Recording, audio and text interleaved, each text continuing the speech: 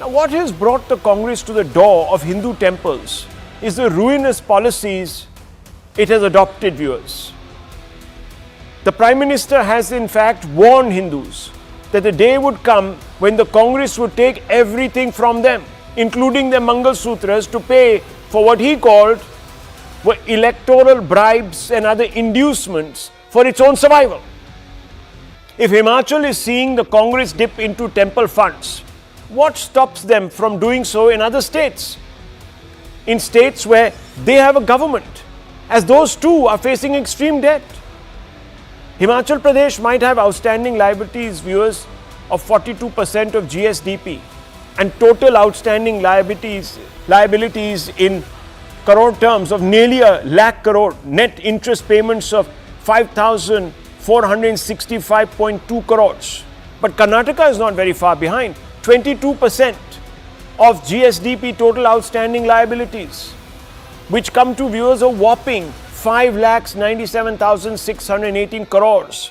Net interest payment of 33,000 plus crores, viewers. Telangana outstanding liabilities is 27.8% of GSDP of that state, which puts the total outstanding liabilities at almost 4 lakh crores. Net interest payment of 22,244 crores, viewers. As pointed out, the Congress has not been a friend of Hindus. Here's when the Congress has undermined Hindu interests. The Gandhis have skipped the Ram temple inauguration and the Maha Kumbh. These were defining moments, viewers, of Hindu pride, of Hindus celebrating their rich culture. The Gandhis gave them a skip, saying, no, we don't want to participate in RSS functions. The Congress President Kharge has mocked Maha Kumbh. He mocked the Snan, called it only a stage for competitive politics, where people take dip after dip, and that too, they continue to do so till they are photographed and they are put out on camera. The Congress kept silent, viewers, when Mamata Banerjee used the slur Mrityu Kumbh. The Congress opposes scrapping of the Place of Worship Act, which would allow Hindus to reclaim some of their most holy places of worship, viewers. In fact, they brought in the Place of Worship Act to discriminate. Ex-Maha Congress chief Patole called for the purification of Ram temple if India bloc came to power. DMK called for the eradication of Sanatana, dubbed it dengue and malaria, viewers. Did the Congress go out there and hold protests and go out and picket the home of Udayanidhi Stalin? No, viewers, they didn't. In fact, some Congress leaders in Karnataka actually endorsed what he said. The story of brazen discrimination against Hindus prompts several questions. Why is the Congress only reaching into the coffers of one religion to fund its freebies? Especially, viewers, when the recipients could be of multiple faiths. Why has the Congress not asked masjids and church organizations, etc., to fund its SOPs? Does the Congress discriminate against only Hindus because it has no regard for their welfare? Has the Congress party singled out Hindus because it thinks they are a soft target? Viewers, there are some of these questions that need to be posed tonight, and I'm going to bring in Ashutosh Mishra, Lokesh Jindal. We also have with us the BJP national spokesperson, Mr. Tuhin Sinha. We have with us Dr. Anand Ranganathan. None of these gents need any introductions, viewers. But I want to begin first with Ashutosh Mishra. Mr. Mishra, this is a bizarre order. Not only does it selectively discriminate against Hindus by only asking Hindu temples to fund these schemes, but it also, and this is where I can't understand this. It also takes the community for granted, that same community that the Congress party and its allies deride. This is absolutely exploitative, singularly so. And does it show that the Congress has really no disregard for Hindus at all? I think your question had already been answered by the Himachal CM, who first of all said this is voluntary, and this is voluntary from temples that are state run. Number one. The problem actually here is, and he's going to use the funds for orphans, for the welfare of orphans, and whatever we as Hindus offer in the temple is meant for public welfare of the society, not just for the pandas of the temples. Now, problem here arises because public welfare has never been high on BJP's agenda. If you remember, Mr. Mishra, one second. No. I think you didn't understand my question. First of all, let just offer a clarification here, because you seem to suggest something which I found striking. You said that they've only asked a specific category of temples to make these contributions. Which are these temple categories? And a voluntary. And that also voluntary. No. Which category of temples? Those that are run by the state. Run by the state government. Viewers, managed by the. Okay, now one second, sir. Does the Congress state government there run the mosques and the churches?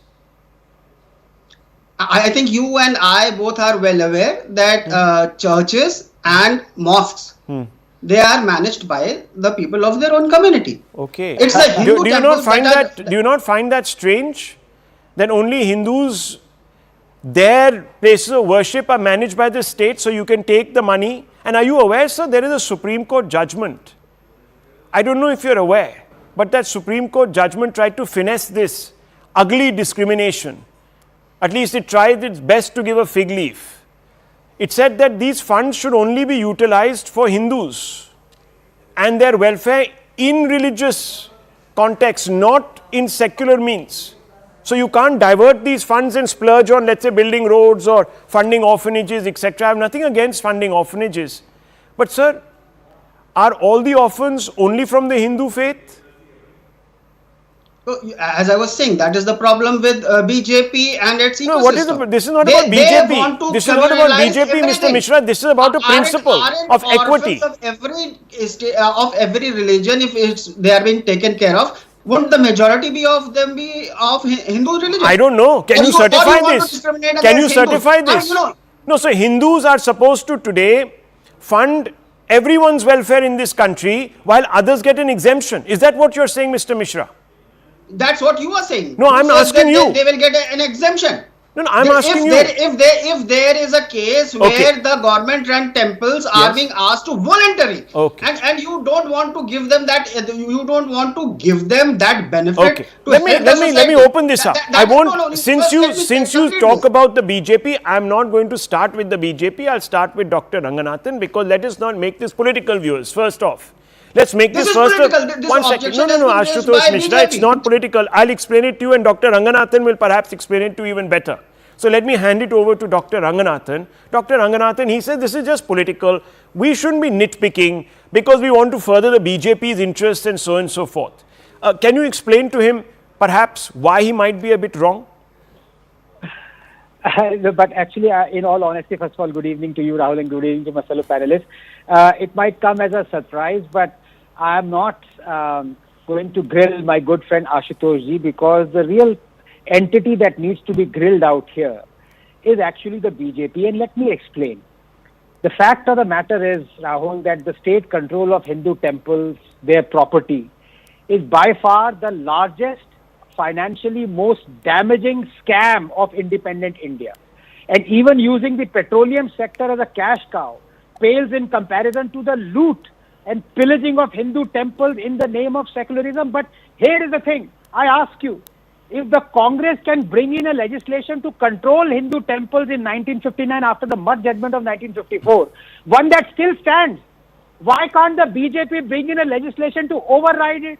Dr. Ranganathan, I know this is your hobby horse. I know this. So, you can bash the BJP into the ground and I have no problems with that. I also have the similar complaint. But let's address this issue tonight.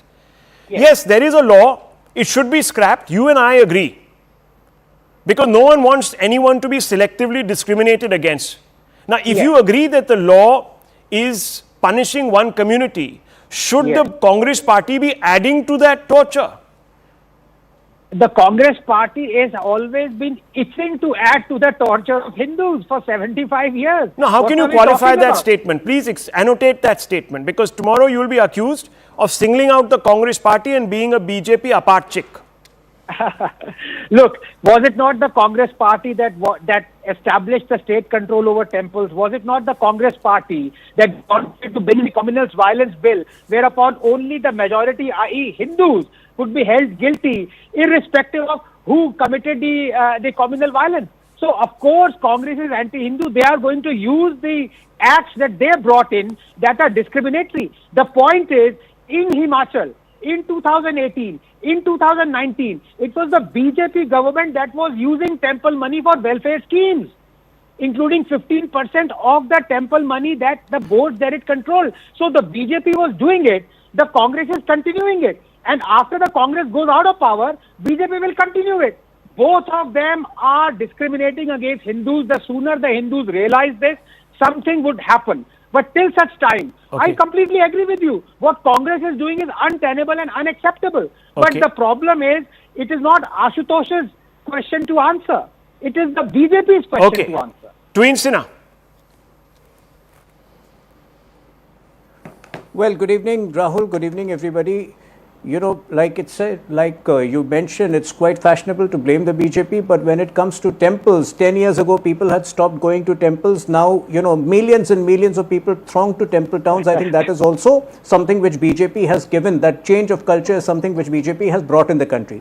Yes, freeing temples from government control is something which over a period of time, you know, we believe in. 51 temples were freed from government control in Uttarakhand. That model has worked well, and I think over a period of time in the coming years, more temples will be freed. Why they have not been freed till now, I don't have an answer, but like I said, I think, you know, we should not be blamed on temple related issues, because 10 years ago people had stopped going to temples. You check the figures. Our temple towns were places which were not cleaned. You know, they had the narrowest of roads. Today we have built infrastructure, and you know, today people, instead of going to Goa in their holidays, there are reports that people go to Mathura, Vrindavan, Banaras and Ujjain. So I think that's a big cultural difference which BJP has brought, and for which BJP needs to be credited. Now coming back to the point, see, Congress state governments and opposition state governments have become synonymous with fiscal anarchy. Himachal Pradesh, you know, has 42% debt to GDP ratio, which is the second worst in the country after Punjab. You know, that's their choice, that they have made a choice to derail Bharat's Viksit Bharat journey. That's their choice. But to go back to the temple for funds shows they have very little self-respect. In the last 1 year, Rahul Gandhi has attacked temples twice. On one occasion, when he insulted Shakti, he says, Hindu Dharma में नाम एक शब्द है Shakti, हमारी लड़ाई उस शक्ति के विरुद्ध है. And on second occasion, in an attempt to be oversmart and attacking Modi government ministers, he said Modi government के ministers जो हैं मूर्तियों की तरह है, मंदिर में मूर्तियों की तरह है, वो निर्जीव है. So after that, if in Himachal Pradesh, Sukhu realizes that the only savior is Hindu temples, that only shows that the Congress has exhausted all its, you know, toxic politics. It will have no other option but to come back to the Hindu community, and the Hindu community will then not accept a Congress party which has always been dubious in its conduct. Okay, so let me just one second, Dr. Ranganathan, 1 second. Let me just bring in Lokesh Jindal, because you see, I never started out, viewers, by making this an issue about temple reform. That must take place. This is about rampant discrimination. Every person in this society, whether they're Hindus or Muslims or Sikhs or Christians, has a responsibility, if one were to put it like that, to help somebody in trouble. But the Congress, viewers, doesn't want to look at it from an holistic perspective. It only goes to Hindu temples. It can't make an appeal, for example, to a masjid or a gurdwara or a Christian organization, saying that, look, if you feel benevolent towards orphans, please contribute, because you sit on a lot of funds. So, Mr. Jindal, I want to ask you, it's not as if you are very well disposed towards Hindus either. I think that has been established. Yet you want to take them for granted again in isolation. You are not interested in perhaps being truly secular, even in the demands that you make of the public. You say, no, only Hindu temples must contribute. What kind of secularism and inclusivity are you practicing? You call yourself the India bloc, one of the eyes is inclusive. Where is your inclusivity? Well, good evening, Rahul. You have just read out the circular, the notice that was issued by the secretary, and he used the term may rather than shall while circulating that piece of notice. The whole idea is in government notices, if there is a word may, it means discretion, voluntary discretion by those temples. Had it been mandatory, the notice would have used the term shall. Okay, And if you are getting into semantics, stop there. If you are getting into semantics, wouldn't it have been great had this particular note, and let me, viewers, once again take you over this particular note. So, viewers, what does this note say? It says that various temple trusts functioning under, now wouldn't it have been great, viewers, had it said various religious institutions functioning in the state of Himachal Pradesh that keep making contributions for charitable activities and welfare schemes run by the state government, they may make contributions. What stopped? And Mr. Jindal, you can't get around this. What stopped you from making what is known as a truly secular, all-encompassing order? It only needed you to keep out the words various temple trusts by saying various religious institutions. Why spare in this noble activity that you claim? Why spare the denominations and the place of worship of those denominations? It's very simple. So, Rahul, there are 35 large temples I don't care. I'm asking you, sir, are you a secular party or do you only believe in exploiting one community? I'm asking you this simple question. First, heaping abuse upon them. And what right do you have to ask Hindus, the same Hindus who your allies go out there and continuously ridicule? Then you can go to the Constitution, Rahul, Article 25, Clause 2, Subclause B. And let me read it out to you. It clearly says that nothing in this article shall affect the operation of any existing law or prevent the state from making any law providing for so I'm social saying, welfare. do you specialize in making discriminatory laws? The Place of Worship this Act, Article discrimination 25 against Hindus. Clause 2. No, 1 second. The Waqf Act that again discriminates in an indirect way against Hindus, opposing the UCC, which also, if not adopted, discriminates against one faith over the others. So I'm asking you, does the Congress party, I have no problems if you say yes, the Congress party has a penchant for making discriminatory laws because we want to use our arbitrary powers or powers under article such and such of the Constitution. If that is the case, I rest my case. There's nothing more to be said. You don't have if you don't have any benevolence towards Hindus, no natural disposition in seeking their welfare, that's fine. That's the Congress stand. May you live by it, sir. No problems. But if that is your argument, I'm asking you, is that it? So, Rahul, we are grossly mistaken here. The SDM, he took the meeting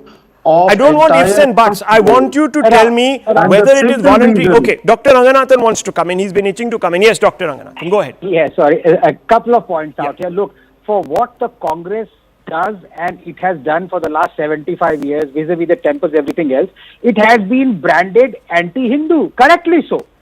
But for the same thing that the Congress has done, the BJP also does. Why is it not branded anti-Hindu?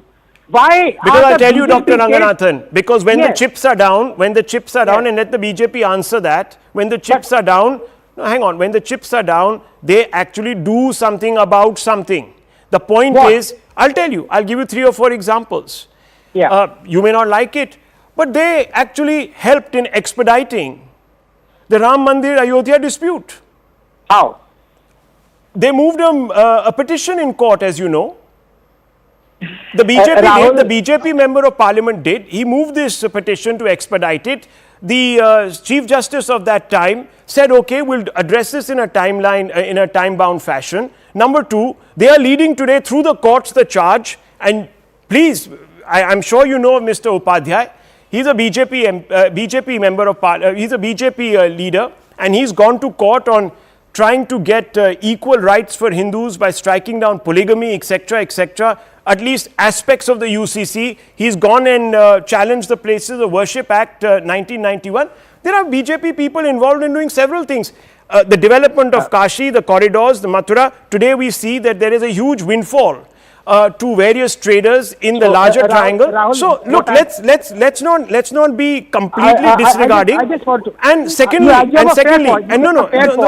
Ranganathan. Secondly, they made it very, very easy today for us as Hindus, for a large number of them, to take pride in their culture and civilization, which was not even allowed.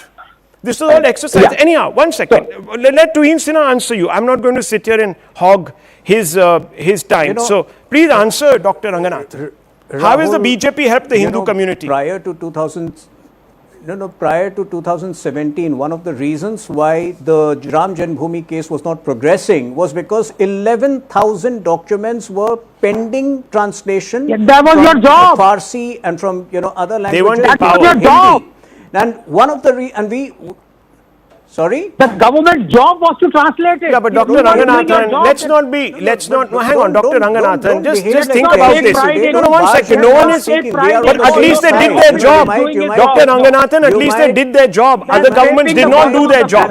Other governments did not do their job. So then give them credit for that. But you might take, Anand, you might. For a person's job is to build the road, he builds the road. Oh my God, we are emotionally, we are still on the same side. So please don't barge in like Tehseen sometimes does, not allowing me to speak. Secondly, Rahul, on the issue of Maha Kumbh, I think it is the political willpower to channelize, to harness the country towards Maha Kumbh, which was the prime reason for its success. When has the country even the government had not estimated, even the government had not imagined more than 40 or 45 crore people would come. But look at the final outcome. Why? Because there is a change of psyche. That change of psyche is because of the political willpower shown by our leadership towards Dr. Ranganathan, let me ask you a counter question. Are you today in favor of only Hindus being milked? Simple as that. Okay. So are you in favor of only Hindus being milked by the state of Himachal to contribute this? Alternative. Yeah. Look, the Waqf Act is going to stand. It's going to be amended, whatever. These temples are going to remain in control. Let me provide an alternative. If you're not going to remove discrimination against Hindus, can you please deploy discrimination against other religions? Look, why don't you start controlling Dr. Ranganathan, why don't you have a... I'm sure one of these days you're going to stand for election and you'll become Prime Minister and you'll find it very easy to do all of this. And God bless you and give you more power. I'm sure you'll be able to do it. You've got millions of followers. You've got millions. I'll vote for you. I will definitely. I've always been a follower of yours. I'll definitely vote for you. You'll get at least one vote. For sure. But the point is, we're faced with a few realities right now, viewers. The point is this, that we put the BJP into power. A large number of Indians put the BJP into power. And some of them, maybe a majority of them, if you look at the statistics, were Hindus to do some things. Some things have been done, other things are pending. Correct. No one denies that. But at least some things have got done. And that's why perhaps Mr. Modi came back a third time. Maybe people said, look, hang on, we'll give you a few seats less if you do a little bit more. In Ayodhya, there was some anger because of certain issues. Even in Kashi, there was a bit of anger. That's why the margins of victory were less, or in some places, there was a loss. Uttar Pradesh stood up and said, look, we want more. The government has to address a large number of things, but that doesn't give political parties the freedom to punish one particular religion and bunch of people in this country constantly. That too after deriding them. And that is what I want to come back to, Mr. Jindal. I don't have much time because we have to move to a very important issue. So, Mr. Jindal, I want to ask you, why was only, whether it was voluntary, whether it is not voluntary, why was only the temples asked to contribute the funds? Why couldn't this have been, as I said, a more secular exercise? Is it a bad question that I'm asking? No, see, first of all, the appeal by the Himachal Pradesh government is to all. No, it's not. So please, don't twist. I'm going to put it out there. Hang on. Don't mislead viewers. I don't like to use a harsher term. Please. Now, hang on. This is what is said, viewers, and it's there on your screens. Various temple trusts functioning under Himachal Pradesh Hindu public religious institutions, Hindu Public Religious Institutions Charitable Endowment Act may keep contributions for charitable activities and welfare schemes run by the state government. They may make contributions towards the Mukhya Mantri Sukh Ashray. Today it's this scheme, viewers. Tomorrow it will be the scheme about giving money so that people can have, no, why not? It can be free bus rides. It could be anything tomorrow. Of course. The Making Maharashtra roads, Tirupati government, always. the recent BJP government, it has asked the Shirdi temple. Lokesh Jindal, I'm asking you a simple question tonight. No, wait a minute. Hang on. No, what about The I'm asking you. Shivshankar scheme. We can ask that question. Dr. Ranganathan has already opened that front. He's monopolized that. So don't try to hang on. Don't try to hang on. Don't try to wheedle out of this. 1 second. Don't try to weasel out of this. I'm asking you a specific question. You have to answer Mr. this. Mishra, Why 1 do you second. want to allow, you have been talking about milking, and it has been BJP which has been milking Hindu asthas and mandirs. And Sangh Parwar has its eyes on the wealth of temples. Okay, so the BJP is an anti-Hindu party. The BJP is an anti-Hindu party. Fine, the BJP is an anti-Hindu party. Does that mean the Congress also gets a license to become anti-Hindu, Mr. Mishra?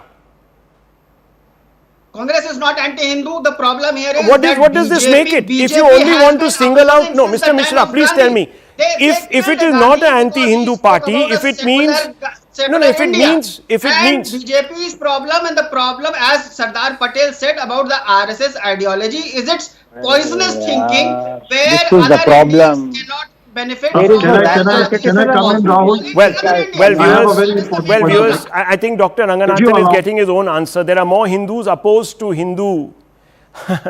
any granting of Hindu rights in this country than there are anybody else from any other sect. So I think, Dr. Ranganathan, you got your answer there. One day when the BJP wins 90% of the vote, maybe it will do everything that you wanted to do. Maybe you should help them win those 90% of the votes. Okay, 1 second. Mr. Jindal, very quickly, I want to come back to you because I think Mr. Mishra has gone down another rabbit hole. So I just want to ask you, since we are having that conversation one-on-one, I want to ask you this. Why couldn't this order have gone out to people of all religious denominations? Do they not have a responsibility in helping a fellow citizen? Yes or no? Rahul, first of all, when you talk about a just trust, say- all the expenditures are audited, and if such a form Sir, of a please don't. circular is given, I'm not saying that by those the expenditures state won't be at that audited. I'm point of asking time, you. It is permitting the one trust second. so as to contribute in the Sukhashray scheme. One it is second. going to I'm only asking you, benefit why the trust. can't, why, of course it should, and it must. There should be schemes It like this, is- more it is and more going to schemes be- it like is this, going to be more for and the more benefit schemes of like the- this. But I want to ask you, hang on, this is double taxation. The Hindu pays his tax, then he gives his donation. That donation is also used to fund a scheme. Absolutely. No, a Hindu who is paying a donation is never taxed on the donation. So viewers, You are please, that- sir, that he's what are you exempted saying? from taxes I'm not which saying are that they're given taxed in on the a state donation.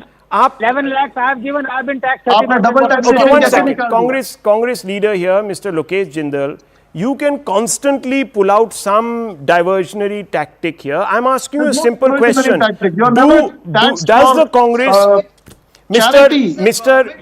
Jindal, you are taking me literally. I didn't mean it literally. I meant it rhetorically. Can't you even understand the language? But I'm not going to get tempted by this. I'm going to come back to my question. I'm going to ask you, Mr. Jindal. I'm going to ask you, why wasn't this a holistic order? I want to ask you this. Are Well, other the communities order was exempt from issued charity? Now, the order was issued by the Ministry of Culture, Language in Himachal Pradesh. And that ministry, the secretary, he appealed to the 35 temples only. It's not religious institution. It's not an order that is a decree that was religious in character. Why couldn't he as have there appealed are to certain mosques? There's a cultural massive sites, mosque in the there middle are of Shimla. certain temples which It has come under enough money to cultural encroach sites. on public land and make extensions There and are go certain upwards temples without which permission. come under There the are hundreds of cultural other sphere, buildings there. and these There is temples a are being church asked right in the 10 heart seconds of Shimla. Why couldn't they be asked? I'm asking you this question. Why only the Hindus were being asked? It's a simple question. See, it's not that all temples are to be making their contributions. It is only 35 temples which are culturally very Whether important. it is one, why which shouldn't come it be under another the mosque? cultural Why shouldn't it department. be equally one church? Why shouldn't it be equally one Gurdwara? Why should it only be Hindu basically, temples. yes, you are certainly right to pitch Certainly right. for Now, churches viewers, being after 30 included in the minutes, culture, after 30 and why minutes, he has not? I mean, as an conceded that activist this for policy is other. discriminatory. After 30 No, minutes of my absolutely not. badgering him. Anyhow, Dr. Ranganathan, quickly before I need to move on. Yes. Yeah, just single line. Congress is anti-Hindu, I say, on the basis of facts, because it has brought in, promulgated 3 virulently anti-Hindu acts and was about to bring in another 4th one, anti-Hindu act. Problem with BJP is not anti-Hindu, but BJP is continuing with those acts. So what would you call BJP? I will leave that to my good brother. Okay, Tween Sinha, quick response. Quick response. Why don't you call it Quick BJP response. anti-Hindu? Quick response. Quick response. Like you know, the Waqf Amendment Act is going to be a big game changer, and you know, everything takes its time. So you know, when we got 240 seats, people were questioning where would we have the capacity to bring in the Waqf Amendment back. But in the next 1 month, it will become a reality. In the same way, other things will also happen. So I request my good friend Anand to have a little more patience and to join the BJP. Maybe that would make BJP more cognizant of the demands of a certain section of people. Well, let me tell you, Dr. Ranganathan has so much faith in the BJP. That's what we should take away from this debate, that he wants them to do everything because he knows they're the only ones that can do it. So viewers, there you go. That's the indication of his faith. And he's disappointed right now as one voter who thinks that the BJP has left him a little short. Well, viewers, that's a longer and larger discussion. We've had that several times. But the fact is, tonight, finally we got the Congress representative, the Congress leader, to come out and say, yes, maybe this could have been a more holistic approach. We could have included other groupings too. Well, viewers, what does it tell you? What does it tell you? But I want to move on because there is an important conspiracy of silence that needs to be broken.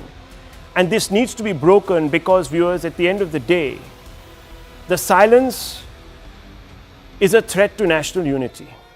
Now, why am I saying this? Let me break this down for you. M.K. Stalin, who is the Chief Minister of Tamil Nadu, the Supremo of the DMK, is an ally of the Congress Party. He's an ally of the Samajwadi Party, of the RJD, of parties that have a base in the Hindi heartland. He's part of the India Club, or the India Bloc, or the India Alliance, or the India Coalition. And a very strong part of it, very substantial part of it. All these parties, the Samajwadi Party, the RJD, the Congress, that at least on the face of it are proud of their Hindi language and Hindi heritage. But that hasn't stopped the man on your screens, M.K. Stalin, from insulting the Hindi language, viewers. A language is not just a conveyor of emotions, instructions and sentiments. It is a crucible of a culture. By denigrating Hindi, Stalin is also denigrating the culture it embalms. It is a deep provocation to any northerner, but sadly the DMK's allies in the north are quiet, callously silent, quite happy to allow for a criminally negligent myth to take root. For what? For the sake of political survival. What is this myth, viewers? Before I get to the answer, let's recap what Stalin has said. What is the myth that he's perpetuating, which is criminally negligent of the facts, viewers? He says, and I quote him now. He's addressing the people of other South states. My dear sisters and brothers from other states, ever wondered how many Indian languages Hindi has swallowed? Bhojpuri, Maithili, Awadhi, Braj, Bundeli, Garhwali, Kamauni, Magahi, Marwadi, Malvi, Chhattisgarhi, Santhali, Angika, Ho, Kharia, Khortha, Kurmali, Kuruk, Mundari, and many, many more are now gasping for survival. The push for a monolithic Hindi identity is what kills ancient mother tongues. UP and Bihar were never just, quote, Hindi heartlands, unquote. Their real languages are now relics of the past. Tamil Nadu resists because we know where this ends, unquote. The brazen attack on Hindi has led to the Union Minister for HRD, a BJP leader from Odisha, to respond calling out Stalin's Hinduphobia. Dharmendra Pradhan, Union HRD Minister, has come out and said, nowhere in the NEP, the National Education Policy, have we suggested there will be an imposition of any particular language in any particular state Unnecessarily a political line has been taken by the Tamil Nadu government, unquote. The only prominent opposition face, but that too from beyond the India bloc to criticize Stalin, is Yogendra Yadav, who is an academic turned political activist. He says, and I quote, "Disappointed to read this from a senior leader like you, MK Stalin. Opposition to central government must not become opposition to Hindi. This statement is poor in taste as it attacks a language, not just its jealous advocates. It's weak on facts. All modern Indian languages have been standardized by subsuming several neighboring languages, relegating them to the level of dialects. Arguing for recognition of all these languages is right, but blaming only Hindi for swallowing other languages is wrong," unquote. The reaction is spot on, viewers, because there is an argument to be made that Tamil may have debilitated Irula, Toda, Kurumba, Kota, Badaga, among other languages. But I told you, while the brazen and baseless attack on Hindi may have drawn ire from many Hindi speakers and the BJP, the parties that purport to represent Hindi belt interests like the Congress, RJD, SP are silent at the highest levels. In their absence, the BJP is the only party doing the heavy lifting in countering Stalin. In fact, viewers, the chief of the BJP in Tamil Nadu has spoken out. But before that, what is Stalin saying, viewers? The stand on NEP, this is what Stalin's stand on NEP is, the National Education Policy. That the centre is imposing Hindi in Tamil Nadu. The centre says education reform has been brought in by the Modi government. Stalin says centre stand on NEP, education reform brought in by Modi government. NEP will lead to Hindi imposition. But the centre says the NEP relaxes norms for three language policy, that yes, it advocates for three language, the mother tongue, English, and any language of your choice. It doesn't even mention the word Hindi as a third language. So this is what, viewers, the centre is saying. They are saying that Stalin is spreading lies. He is misleading the people. Interestingly, what DMK will not tell you is that almost all other southern states have accepted the NEP. In 2021, Karnataka BJP government implemented, but Congress mulls to replace the NEP. That hasn't happened, still in place. 2022, KCR government in Telangana implemented the National Education Policy 2020. In 2022, the Jagan government in Andhra Pradesh implemented the National Education Policy in 2020. In 2023, Pinarayi government in Kerala develops a new curriculum in lieu of the NEP. Now, viewers, this is really where the problem is, because Tamil Nadu has rejected the NEP, emphasizing commitment to two-language policy. And not just this, viewers, it is also resisting delimitation. But I want to get on with this and ask some fundamental questions, because these questions are important. This is baseless Hindi phobia, viewers. And why is it that Akhilesh, Tejasvi, Rahul and Kejriwal are accepting this? They are parties rooted very much, at least three of them are rooted very much in the north. Both Akhilesh's Samajwadi Party and Tejasvi Yadav's RJD have come out and in their states advocated for the primacy of Hindi. Today, Stalin is saying that Hindi is a predatory language. Why aren't these people standing up for Hindi? And is this because, and these are some fundamental questions, let's open up our debate. And I want to ask these questions. Will India bloc allow DMK chief and CM Stalin to walk all over the rights of North Indians and their culture? Let's open this up. Let's ask some fundamental questions. And we're joined by leaders of the RJD as well as the Samajwadi Party. Let me first begin with the RJD spokesperson, because this is a very important story, Professor Anwar Pasha, and I want to ask you. Mr. Stalin says Hindi is a predatory language. It kills all other languages, it swallows them. Do you agree with this, sir? Very good evening to all the viewers and the panelists. The issue of language is very sensitive. The issue of culture is also very sensitive. And this is not new for the South, especially for the Tamil Nadu, for taking such a stand. They have been taking such a stand for long, and we have witnessed many violent agitations there in Tamil Nadu as well. Why is it there?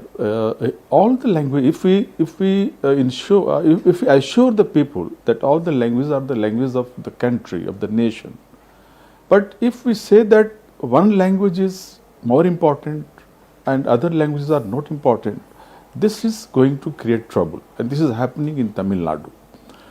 This is not only question of language Mr. Pasha, or culture. I'll come this to is also your. the question of. This is also the Mr. question Pasha, of please turn political. off your phone, please. Please put your phone down. I can hear it, and so the viewers can. And you're getting disturbed. Can you put it on silent, please, sir? I just want to ask you, Mr. Pasha. Yeah. No, 1 second. One second. Am I not wrong in saying that the RJD consistently backed Hindi as the dominant language in Bihar's administration and education? That leaders like Lalu Prasad Yadav have often emphasized the importance of Hindi in Bihar's governance and politics. Is it true or not true? Yeah, it's true. It's true. So are you doing it? No, 1 second. By accepting 1 second, sir, please listen to my question. Please listen to my. Hindi as a dominant language of North India. Mr. Pasha, can you please listen to my question? I am with you on this. Yeah, yes, please. It should be the dominant language of the place where majority of people will speak it, which is in the north, in the Hindi belt, right? We are not at cross purposes here. But I want to ask you, Mr. Stalin says to people in the north, look what Hindi has done. It has killed Bhojpuri, it has killed several other languages. Do you agree with him? You can ask this question to the linguists. No, why? I'm also, you are not. You don't have I a teach view. literature and language also. No, I'll tell you, So, viewers, yeah, why yeah, I tonight have my Mr. view. Pasha I have doesn't my have a view on this. I have my view. His party, There are the many RJD, has languages imposed in the Hindi north. in Bihar, No, and we do DMK not- believes that it has come at the cost We of do regional not- yeah. languages that are spoken, dialects that are spoken in accept Bihar. Hindi, Yes. We accept Hindi Yes. as one of the Yes. major languages of North India, Yes. of Bihar. We accept Mr. Hindi. Anwar, I'm We accept asking you, Hindi. Hindi is our did national your language, decision, no problem. All the languages are national languages. So I'm asking you, But, just, Mr. but Pasha, what please. about Bhojpuri? What about Maithili? Yes. This is also true. Yes. That the people of Bhojpuri and the Maithili, they're also struggling. They're demanding that their language should be accepted So why by did the the central RJD? government. So why did And the these RJD demands then are push? there. Then why Many- did the RJD push? Why did the RJD push for Hindi to be emphasized as We the push for dominant all the language in languages Bihar to be given administration and respect education? and promoted equally. Okay, viewers. Our stand is viewers, that all the in languages Uttar of Pradesh, the country in Uttar should be Pradesh, given in neighboring equal Uttar importance Pradesh, okay. and should be promoted in a Right. similar way. Mr. Pasha, We should Mr. not. Pasha. We should not discriminate any Mr. language. Pasha, I'm asking because, you- And as far as the MK Stalin's statement is concerned, this is not only in the light of this linguistic dominance of Hindi in Tamil Nadu. There are so many reasons behind it. Southern states feel that they are getting ill-treated. Mr. Pasha, They I'll are ask the being southern state that majorly question. treated by the I'm central asking you a government, by the fundamental BJP government. question. And this One is the second. anger. Mr. That's Pasha, why can they are you raising allow such me to issues. speak, sir?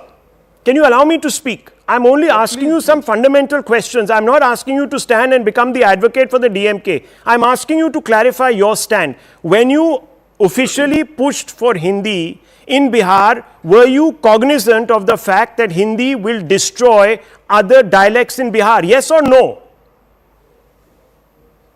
In Bihar, we take care of other languages as well. So we viewers, respect other languages I'll tell as you well. why We Mr. respect Pasha Bhojpuri, is having we a respect problem Maithili, telling me we that respect Mr. Hindi. Stalin is wrong, like Yogendra Yadav very clearly came out and told Mr. Stalin that he was disappointed with that statement because the RJD is in alliance with the DMK. They dare not take a clear stand, even if it means, viewers, even if it means we have a allowing very clear Mr. stand. Stalin We have to very get clear away stand. We want with all the languages of the with a country should phobic be view treated of equally. Hindi. Secondly, let me ask you, we want all the Mr. languages of Stalin, the country should Mr. be Stalin given justice. opposes, All one the- second, all the Mr. Stalin, languages Mr. should be Pasha, respected. Mr. Stalin opposes, Few languages to be respected. Okay. We respect Hindi. Right. We respect all other then languages speak up of the for it, country. then speak up for But it. you 1 don't second, respect Mr. Pasha. the other languages. Okay, let me And ask, this let is me the open this mindset up. Let that me we ask, let me oppose ask the others by participants southern also. states. Yes, Dr. That's why they are Ranganathan, let me upset. bring in the That's why they are BJP also. opposing. Tuin Sinha is from Bihar. Yes, Dr. Ranganathan, first go. Yeah. Rahul, I'm just shocked, and as a Tamilian, I'm ashamed. Language sensitivity cannot be an excuse for parochialism, and this is what is happening, and this is so dangerous. Mr. Stalin talks about Hindi swallowing up other languages. Why does he not talk about Tamil swallowing other languages? 50 to 70% of Malayalam is Tamil. Will he dare say that Malayalam is also tracing its etymology from Tamil, it's subsumed by Tamil? What nonsense is going on? No language should be imposed and no one is imposing it. Does Mr. Stalin know that the three-language formula was first promulgated by the Congress in 1968 by the Kothari Commission? This kind of scaremongering should end. It's going to destroy this country. And I say this as a proud Tamilian. Look, India does not have a national language, and I think that itself explains to a great extent our incredible diversity and culture, Rahul. Hindi along with English is our official language. It is another matter that the architect of our constitution, Dr. B.R. Ambedkar, actually wanted Sanskrit to be our official language. And now I quote him, verbatim, Sanskrit should be the language of the Indian Union. For the first 15 years after independence, English could be used as an official language, but Sanskrit could be used as its parallel. And after 15 years, Sanskrit should be made the official language of the Union, unquote.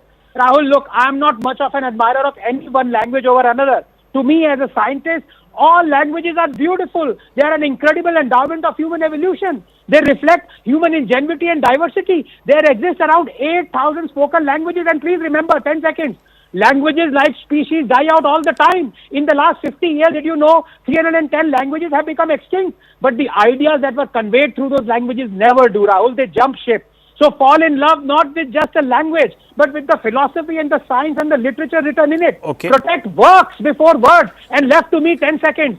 C++ is as beautiful as Tamil or Punjabi, although I do not know any swear words in C++. Okay, so VCK spokesperson, let me bring him in, and BJP national spokesperson is also there. VCK spokesperson, let me bring you in, Ahmed Sahib.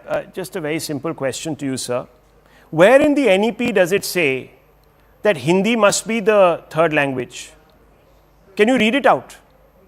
Rahul, thanks for your question. Actually, today my topic will be delimitations, but you are asking about the linguistics problem. Actually, we Tamilian, we don't oppose any language. We love Hindi as well, okay? But the false propaganda spread across against us. Even we are ready to learn even the language of our beloved Prime Minister, our Modi ji. Came to Majama Sugabarche, no problem. But the problem is, we oppose not only Hindi, the imposition of Hindi. That's why. VCK spokesperson, let me ask you, Mr. Sahib, I'll ask you on delimitation also. I'm very accommodative.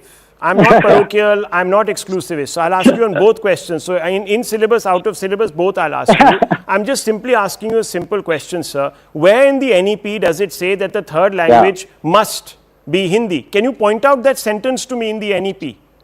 You declare that then there is Tamil should be must in that NEP, then okay, we don't accept. No, I'm asking you, sir. Why a two-language? No, one second. Why a two-language formula?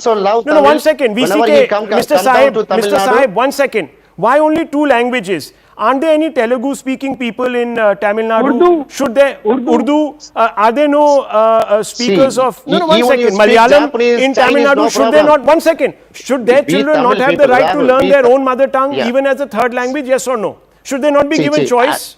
I know 5 languages, you know. I'm glad for you, sir. How did you learn those 5 languages? How did you learn those 5 languages? How did you learn them? I learned How did you from learn school them? studies, college studies, all from College my Tamil studies. Nadu You see, school, viewers, schooling. a large number of these people. See, No, hang on, just a minute. No. we I've are caught him out. only I've caught you out. languages. VCK spokesperson, Mr. Sahib, please, 1 second.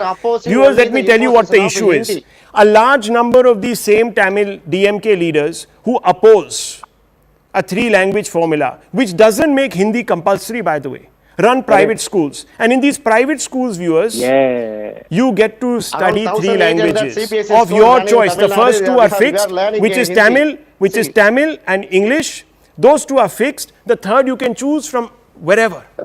Hindi, Telugu. So all these other privileged kids will learn how to speak in languages that will allow them to go and live and do well beyond the borders of Tamil Nadu. But the poorest of the poor who go to government schools must be denied that benefit. Absolutely. Why? Because someone wants to play. Because someone wants to play. Rahul, I learned from because the someone wants to. School, Well, I know Hindi. So someone wants to play parochial politics, viewers. And I'll tell you why, Rahul. Yes. Okay, The moment I tell Ahmed Rahul.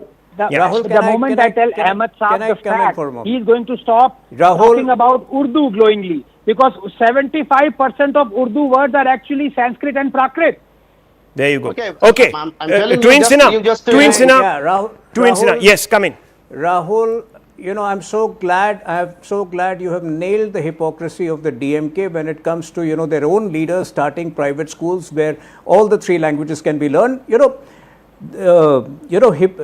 Basically concocting artificial north-south and a anti-Hindi sentiment has been the hallmark of the Dravidian politics. So what Stalin is essentially doing, he's basically living up to that practice. But what I'm particularly disappointed by is the attitude of the RJD spokesperson, is the attitude of the India Alliance. They had indulged in the conspiracy of silence when Udayanidhi Stalin had attacked the Sanatan Dharma, and today once again they are indulging in the same conspiracy of silence. The RJD should have spoken for Bihari pride, should have spoken for pride of the Hindu religion, should have Hindu language. Now, if Hindi I were to go by Stalin's logic, flawed logic, would I ask, has Tamil wiped out Irula, Toda, Kodava, Kota, Kurumba, Badaga, Yerukula, Sholaga, Kanikaran, Malagukuran, Erevalam, Muduga, Kadar, Malarian, Malasar, and possibly more on the list? Has Tamil consumed that? I would not ask that because my sentiments are pan-Indian, unlike that of Stalin, who has probably never stepped out of Tamil Nadu, who lives in a very parochial, Let me tell you, viewers, I really saved the blushes. Okay, lower everyone's faders. I really saved the RJD and the SP their blushes, viewers, today. The blushes. Why? Because I didn't ask them about delimitation. Do you know what Stalin says? Stalin says that Uttar Pradesh and the people of UP and the people of Bihar should not get greater representation in Indian parliament. And the RJD and the SP are quiet about this. Yes. Why? Shameless. Why, viewers? 5 decades. There is an imbalance. The vote of one Uttar Pradesh and Bihar resident is not equal to the vote. It's perhaps 1/3 in weightage of the vote of a person from Tamil Nadu. Viewers, what does the RJD and the SP have to say about this? They are absolutely zip quiet. They don't have a defense because they are busy protecting their alliance interests. The people can go and drown themselves. That is a fact. And it's a shame, viewers, that there are political parties in this country that want to play one Indian against another Indian. It's shocking. Think about that. I'll leave it at this, viewers.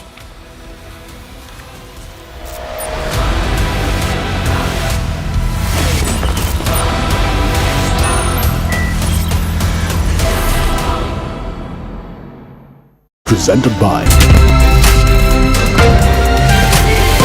Think of it, a modestly successful comedian. President Zelensky talked the United States of America into spending $350 billion to go into a war that basically couldn't be won, that never had to start and never would have started if I was president, not even a chance, and it didn't start for 4 years. He refuses to have elections, is low in the real Ukrainian polls. I mean, how can you be high with every city is being demolished? It's hard to be high. Somebody said, oh no, his polls are good, give me a break. Every city is being demolished. They look like a demolition site, every single one of them. And the only thing he was really good at was playing Joe Biden like a fiddle. He played him like a fiddle. That's an expression we use, yes, sir, to say that he's pretty easy. Something I'll admit that only Trump is going to be able to do in the Trump administration. We're going to be able to do it.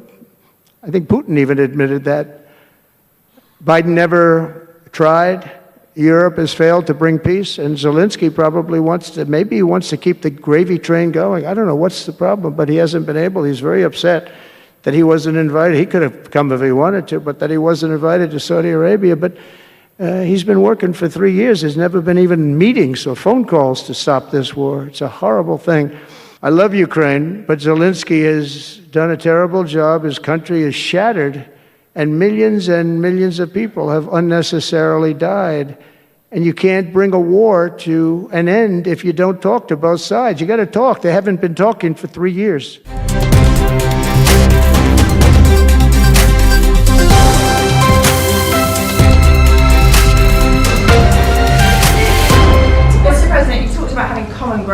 with Keir Starmer, but there are things you disagree on as well. You described Zelensky as a dictator. He describes President Putin as a dictator. Do you see that as a problem? The relationship between President Zelensky and President Putin is not a good one. You've noticed, right? It's not a good one. It's not a good relationship. And we're going to have to try and work something out. Sometimes that happens. I get along with both. I have a very good relationship with President Putin. I think I have a very good relationship with President Zelensky. And now we're doing the deal, and we're going to be in there. We're going to be actually in there and digging our hearts out. And hopefully, we need the rare earth, and we have some here, but we don't have enough. Our economy is very strong, and we need a lot of things that in some cases we don't have here. So I think we're going to have a very